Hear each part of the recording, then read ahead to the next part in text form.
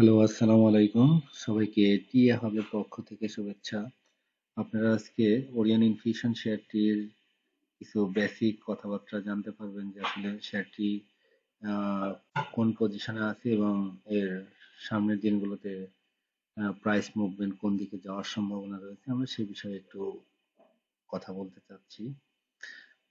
আপনারা দেখতে পাচ্ছেন স্ক্রিনে শেয়ারটির মোটামুটি একটা 2022 সালের মাঝামাঝি সময় থেকে বর্তমান সময় পর্যন্ত শেয়ারটির প্রাইসের উইকলি চার্ট আপনারা দেখতে পাচ্ছেন।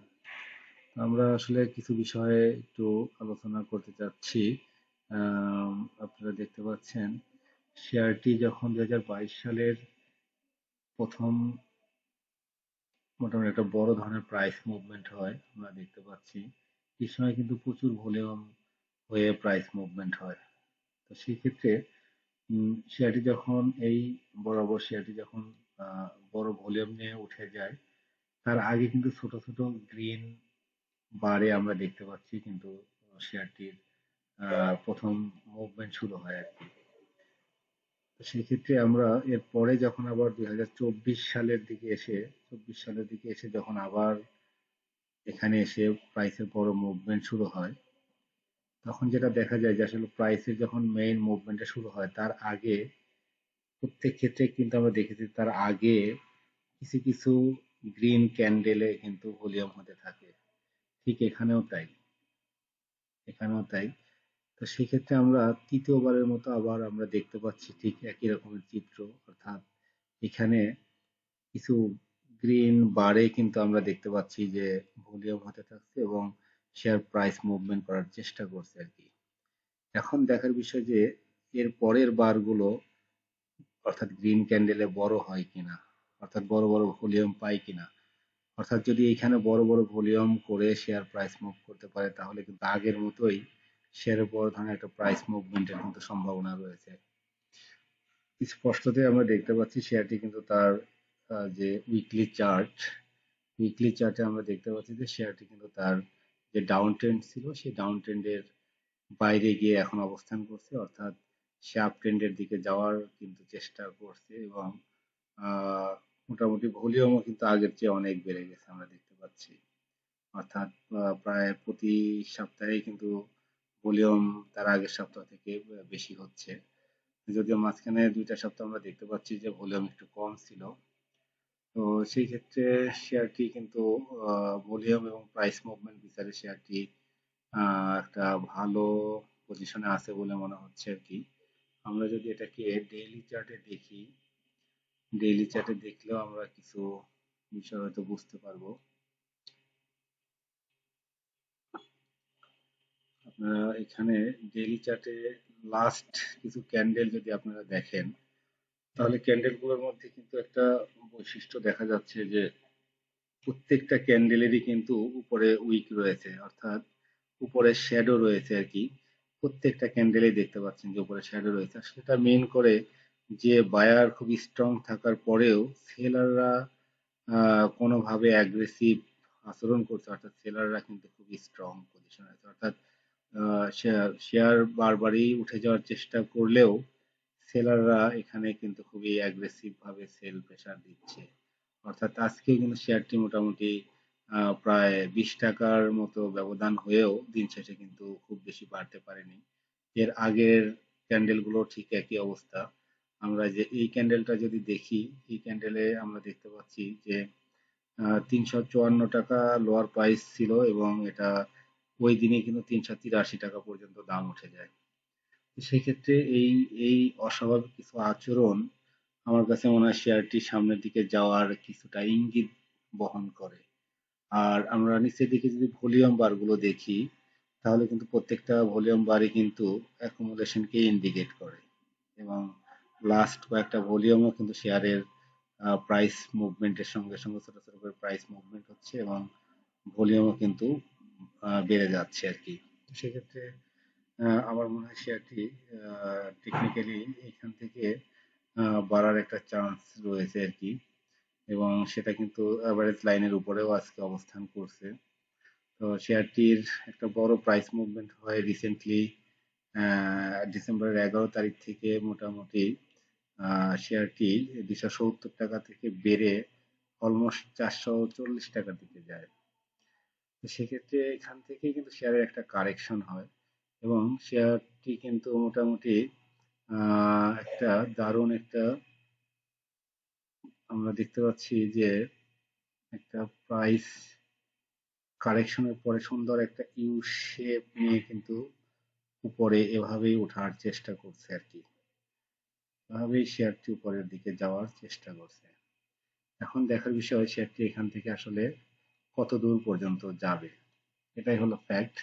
তো প্রাথমিকভাবে আসলে বলা যায় শেয়ারটির সামনে একটি রেসিস্টেন্স রয়েছে, সেটি হলো আসলে রিসেন্ট যে রেসিস্টেন্স সেটা হলো 440 টাকা লেভেলে।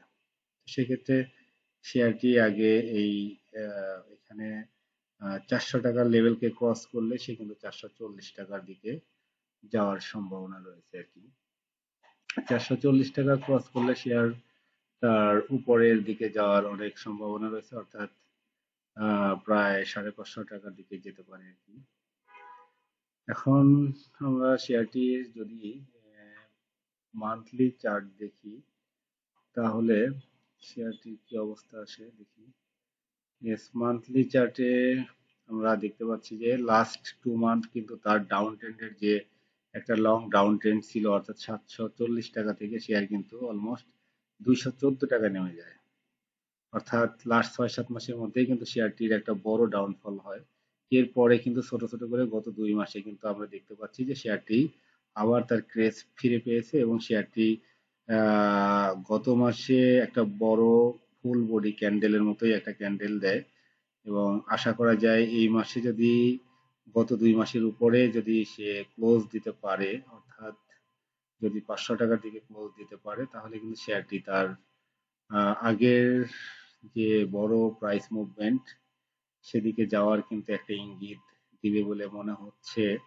তো সেক্ষেত্রে এই মাসের যেহেতু আরো এখনো প্রায় 7-8 কার্য দিবস রয়েছে, সেক্ষেত্রে ভলিউমটাও কিন্তু গত 2 মাসের চেয়ে আশা করা যায় এখন পর্যন্ত যে ক্যান্ডেল রয়েছে সেখান থেকে আরো 7-8 কার্য দিবস হলে বলা যায় যে গত 2-3 মাসের মধ্যে হয়তো সর্বোচ্চ ভলিউম পাবে এই মাসে।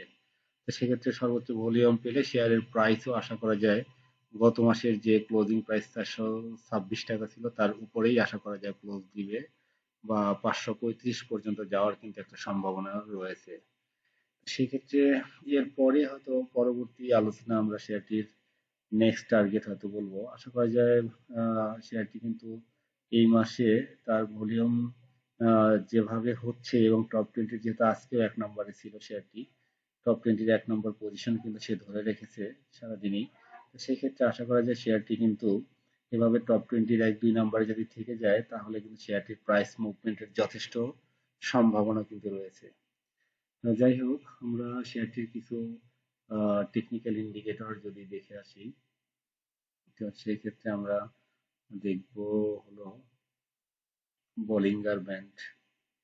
বলিঙ্গার ব্যান্ড যদি দেখি, বলিঙ্গার ব্যান্ডের আমরা দেখতে পাচ্ছি যে উইকলি চার্টে বলিঙ্গার ব্যান্ডের মিডিল যে ব্যান্ড সেখান থেকে কিন্তু মোটামুটি উঠে যাওয়ার চেষ্টা করছে এবং 3টা ব্যান্ডই কিন্তু একটু ন্যারো হয়ে আসছে, অর্থাৎ এখান থেকেই সে কিন্তু ইউটার্ন নিতে পারে আর কি। এরপরে যদি আমরা ইসিএমওটা দেখি, ইসিএমও ক্লাউডের অনেক নিচে অবস্থান করছে। ডেইলি চার্টটা দেখি, ডেইলি চার্টে কি অবস্থা। ডেইলি চার্টে কিন্তু ইসিএমও ক্লাউডের অনেক উপরেই অবস্থান করছে রিসেন্টলি। এটা অবশ্যই ভালো দিক। আচ্ছা, যাই হোক, আমরা অন্য কিছু ইন্ডিকেটর দেখে আসি।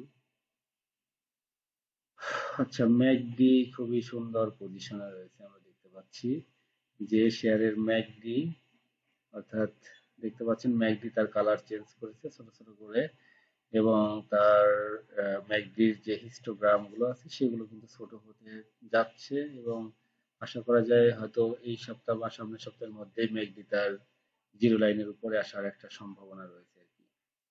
আমরা এটা ডেইলি চার্টে দেখতে পাচ্ছি। উইকলিতে যদি দেখি, ইয়েস, উইকলিতে ম্যাকডি তার হিস্টোগ্রাম গুলো জিরো লাইনের উপরে রয়েছে এবং সিগন্যাল লাইন এবং ম্যাকডি লাইন জিরো লাইনের দিকে আসার চেষ্টা করছে আর কি। আচ্ছা, আমরা অন্য কিছু ইন্ডিকেটর ইন্ডিকেটর যদি দেখি, অন্য ইন্ডিকেটর গুলোর মধ্যে আমরা ডেইলি চার্টে যদি দেখি ওবিভি, এটা একটা গুরুত্বপূর্ণ ইন্ডিকেটর। আমরা জানি প্রাইসের স্ট্রেংথকে শো করে। সেক্ষেত্রে কিন্তু ওবিভি আমরা দেখতে পাচ্ছি যে অনেক দিন ধরে কিন্তু আপ ট্রেন্ডের দিকে রয়েছে। তো এটা একটা ভালো দিক। যাই হোক, এরপরে আমরা যদি এটা দেখি হলো মানি ফ্লো দেখি। মানি ফ্লো, ইয়েস, মানি ফ্লো কিন্তু বেড়ে চলছে। এখানে সাপোর্ট লাইন থেকে সাপোর্ট নিয়ে উপর দিকে যাওয়ার চেষ্টা করছে আর কি। মানি ফ্লো ভালো রয়েছে। এরপরে আরএসআই, আরএসআই খুবই স্ট্যান্ডার্ড লেভেল, 55 লেভেলে রয়েছে আরএসআই, এটাও খুবই স্ট্যান্ডার্ড পজিশন। তো সেক্ষেত্রে সবকিছু বিবেচনায় শেয়ারটি কিন্তু ভালো করার যথেষ্ট চান্স রয়েছে। যেহেতু শেয়ারটির বর্তমানে টপ 20-র 1 নম্বর অবস্থান করছে, সেহেতু শেয়ারটি নিয়ে আমরা অবশ্যই আশা করতে পারি যে শেয়ারটি হয়তো সামনের দিনগুলোতে আরো ভালো করবে ইনশাল্লাহ। এখন আমরা অপেক্ষায় থাকলাম শেয়ারটির রিসেন্ট যে রেসিস্টেন্স, অর্থাৎ 440 টাকা, সেদিকে সে যেতে পারে কিনা এবং সেই জায়গাটা ক্রস করতে পারে কিনা। এটা তার একটা স্ট্রং রেসিস্টেন্স পয়েন্ট। এটা ক্রস করলেই তার কিন্তু সামনের দিকে যাওয়ার যথেষ্ট সম্ভাবনা রয়েছে। ওকে, হোপ ফর দ্য বেস্ট, সবার জন্য শুভকামনা থাকলো। আর সবাই ভালো থাকবেন। আসলে এই বিষয়গুলো কিন্তু টেকনিক্যাল অ্যানালাইসিস পুরোটাই ভলিউম এবং প্রাইস মুভমেন্টের বিবেচনায় কিন্তু করা হয়। তো সেক্ষেত্রে এটা যে 100% সঠিক হবে বা সামনের দিকেই যাবে এমনটি বলা খুবই কঠিন। তাই জেনে বুঝে বিনিয়োগ করবেন এবং নিজ দায়িত্বে অবশ্যই ডিসিশন নেবেন। সবাই ভালো থাকবেন, সবার জন্য শুভকামনা থাকলো। Thank you.